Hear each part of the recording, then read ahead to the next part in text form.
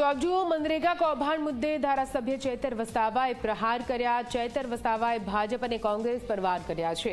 મનરેગા કૌભાંડ ભાજપ અને કોંગ્રેસ બંને એક સાથે મળી કર્યું હોવાનું ચૈતર વસાવાનું કહેવું છે।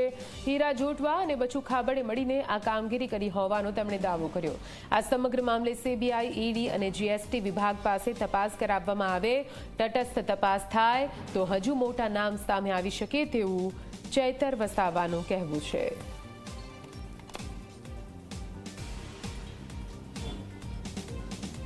હીરા જોટવા 2017-18 દરમિયાન આ આદિવાસી વિસ્તારોમાં આવ્યા ત્યારે તમામ મનરેગાની કામગીરી પંચાયતને અમલીકરણ બનાવીને કરવામાં આવતી હતી, પણ આ હીરા જોટવાએ પંચાયત મંત્રી બચુભાઈ ખાબડ, શાસક પક્ષના તમામ સાંસદો, ધારાસભ્યને સાથે રાખીને આ પંચાયત પરથી કામો આંચકી લઈને એમની જલારામ એન્ટરપ્રાઇઝ અને મુરલીધરન એન્ટરપ્રાઇઝ મટીરીયલ પૂરું પાડશે એવું આખું પ્લાનિંગ બનાવીને બચુભાઈ ખાબડના ઇશારાથી 5 જિલ્લામાં એજન્સીઓને ફીટ કરવામાં આવી અને દર વર્ષે એને રિન્યુ કરવામાં આવી।